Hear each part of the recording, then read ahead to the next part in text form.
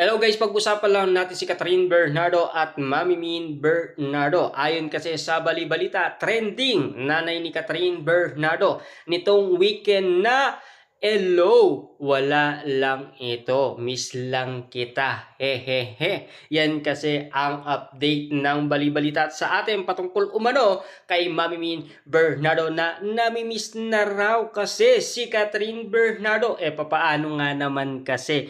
Puro si Mayor Mart Alcala ang binibigyan niya ng atensyon.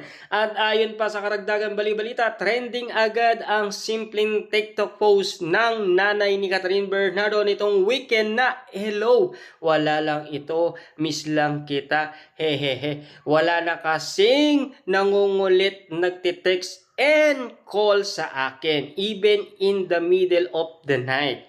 Kahit walang binabanggit na pangalan, agad nagbigay ng komento ang netizens. Aniya, mukhang pa-critic post daw ito ni Mami Min Bernardo para sa bunsong anak niyang si Catherine Bernardo. Aware naman kasi ang mga panay na actress at ilang casual na matagal-tagal na rin naniniraan independently sa isang condominium sa BGC si Catherine Bernardo. Alam din ng fans na super close ang mag-ina.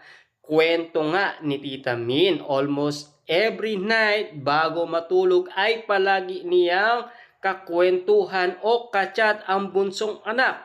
May time na pa nga nasa kwentong ito ni Kat natutulog. Ang tanong naman ng mga intrigang netizens, bakit daw biglang nag-post ng ganon? Si Madir, may pinagdadaanan na naman ba ang mag-ina? Pero sinupalpal agad ng tagahanga ng aktres ang kudang ito. Wag na raw bigyan ng kaulugan ang simpleng random social media post ni Mami Bernardo. Naglalambing lang daw ang isang nanay sa bunsong niyang anak. Oo nga naman, tigilan na ang pang-iintriga kina Mami Bernardo at Catherine Bernardo. Yan kasi ang saad ng mga solid fans ni Catherine Bernardo na ngayon pinag-uusapan na talagang full-time si Mayor Mart Alcala kay Catherine Bernardo.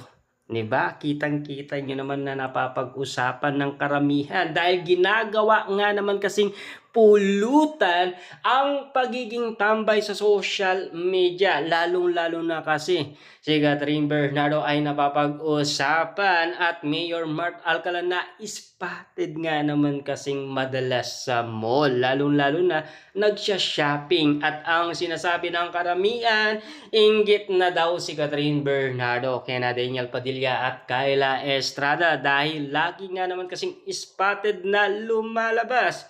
Samantalang pinag-uusapan pa rin kung si Alden Richard, yung kasama ni Catherine,